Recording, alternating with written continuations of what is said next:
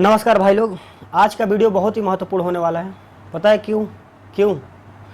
क्योंकि आज एक ऐसा वीडियो लेकर आया हूँ कि दिल खुश हो जाएगा आपका। आज हम बताने वाले हैं रिज्यूम के बारे में। अगर किसी भी आप नौकरी के लिए जा रहे हैं, अप्लाई कर रहे हैं, तो फर्स्ट ही बार में आपको क्या मांगा जाता है? रिज्यूम या करिकुलम विटे उसको बोल सकते हैं। तो किस तरह से रिज्यूम बनाते हैं आज इस वीडियो के माध्यम से आपको बताएंगे, है ना।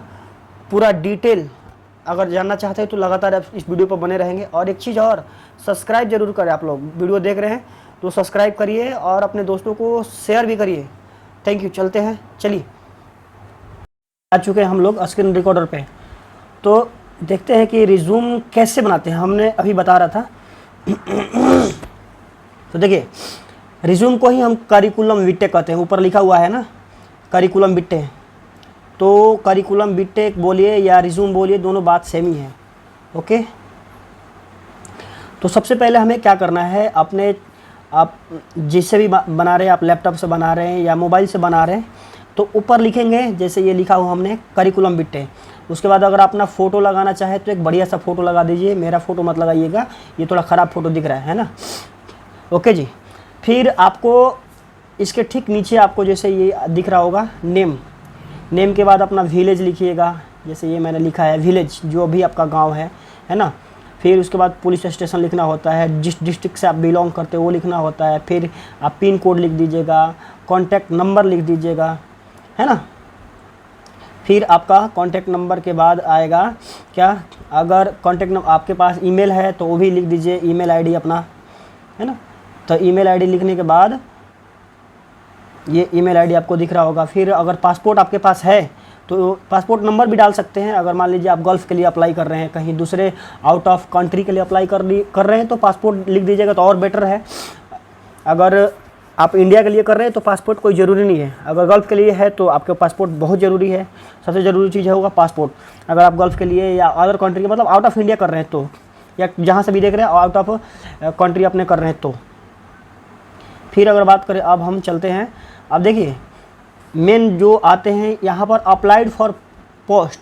अप्लाइड पोस्ट फॉर किसके लिए आप अप्लाइड कर रहे हैं। मान लीजिए मैं एक सेफ्टी ऑफिसर हूँ या सेफ्टी इंजीनियर हूँ, तो उसके लिए लिख देंगे post, applied post for safety officer या सेफ्टी एग्जीक्यूटिव या सेफ्टी इंजीनियर या सिविल इंजीनियर या मैकेनिकल इंजीनियर, कोई भी हो, आप जिस पोस्ट के लिए अप्लाई कर रहे हैं वो पोस्ट को यहाँ पर आप मेंशन करेंगे, है ना। जो भी मैं आपको बता रहा हूँ ये सबके लिए है ना। या आप होटल मैनेजमेंट किए हो या इंजीनियरिंग किए हो, किसी भी पोस्ट के लिए अगर आप नौकरी के लिए अप्लाई कर रही हैं तो ये रिज्यूम आपके लिए बहुत ही बेनिफिशियल है। फिर चलते हैं।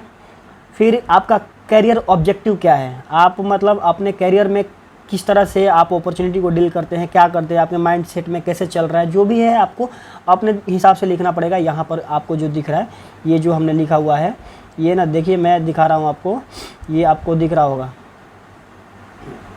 है ना। तो ये जैसे treat the challenge as the opportunity for continuous programme, मतलब ये है कि चैलेंज, हम अपॉर्चुनिटी को कंटिन्यूअस करने के लिए हम चैलेंज लेने की हमारे अंदर कैपेसिटी है। मैं अपने तरीक़ा से लिखा हूँ, आप अपने तरीक़ा से लिख सकते हैं, है ना।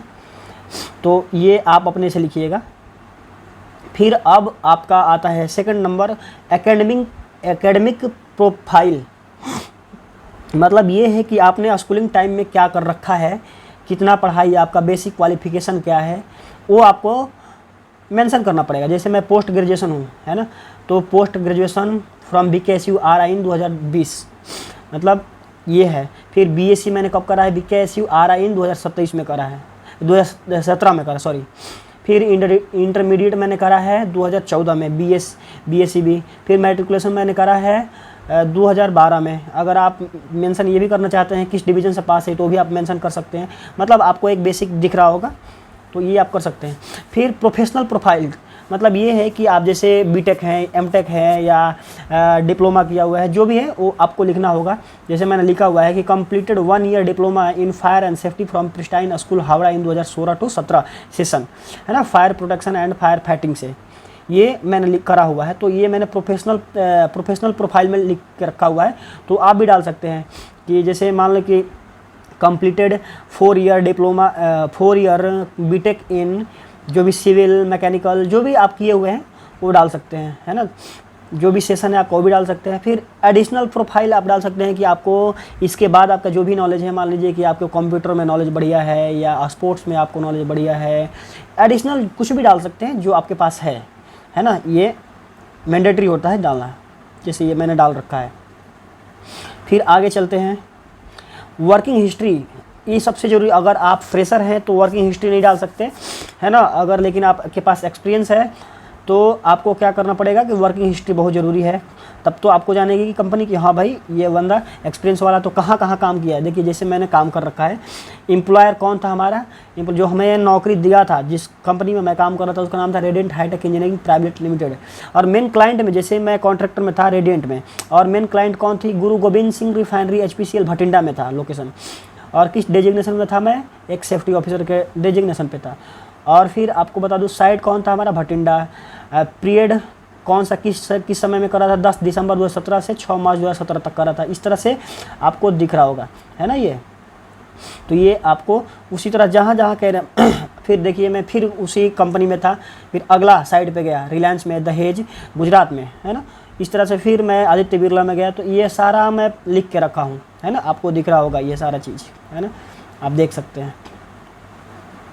फिर आगे चलते हैं। अब देखिए, अब जॉब प्रोफाइल में अब टोटल वर्किंग एक्सपीरियंस आप डाल सकते हैं अगर आपके पास है तो, जो भी है। जैसे मैंने डाला है 5.3 ईयर्स। ओके, अब आपको यहाँ पर एक चीज़ और मेंशन करना है, जैसे ना कि जो आपने काम करा है या काम कर रहा है आपके एक्सपीरियंस के दौरान, वो आपको डालना होगा जॉब प्रोफाइल में। जैसे schedule training program for all employ as per HSC plan करता था, वो डालना पड़ेगा। डेली प्लांट इंस्पेक्शन होता था, है ना। ये भी एक्शन, जो भी अनसेफ एक्शन कंडीशन देखता था उसको फॉलो करके क्लियर करवाता था, जो भी पेंडिंग था वो आपको डालना होगा। Daily work permit, ATW authority, है ना। तो ये सारा चीज़ें आपको देख रहे हैं ना, ये एक आपको ट्रायल दिखा रहा हूँ, है ना, CMC मॉनिटरिंग, ये सारा चीज़ें। जैसे फिर उसके बाद आगे, the activity related to the above features are described below. मतलब ये है कि जो भी इस ऊपर एक्टिविटी दिया हो गया उसके हिसाब से डिस्क्राइब नीचे किया हुआ है, वो आपको ऐसे भरना पड़ेगा। आप अलग भी बना सकते हैं, लेकिन एक फॉर्मेट आपको दिखा रहा हूँ। जैसे ना, daily site safety inspection of the plant to find and out unsafe conditions on side and unsafe actions made by the employ. ये सारा आप डाल सकते हैं, गूगल से भी डाल सकते हैं, है ना, या इससे भी देख के डाल सकते हैं स्क्रीनशॉट लेके हमारा। फिर ट्रेनिंग में आपने क्या क्या करा है, implementing safety measures, creating awareness of safety, है ना। आप अलग अपने हिसाब से डाल सकते हैं।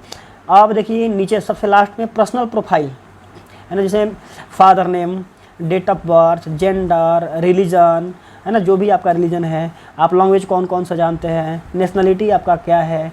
फिर लास्ट में आता है डिक्लेरेशन।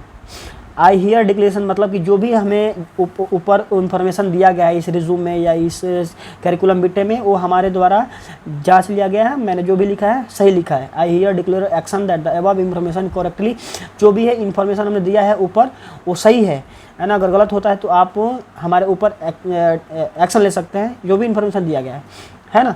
फिर लास्ट में किस डेट को रिज्यूम बना रहे हैं वो बहुत ज़रूरी मेंशन करना है। अपडेटेड रिज्यूम होना चाहिए, CV होना चाहिए आपका। योर फेथफुली, जो भी आपका नाम है डाल दीजिए, प्लेस डाल दीजिए। तो उम्मीद करता हूँ आप लोगों को समझ में आया होगा, है ना।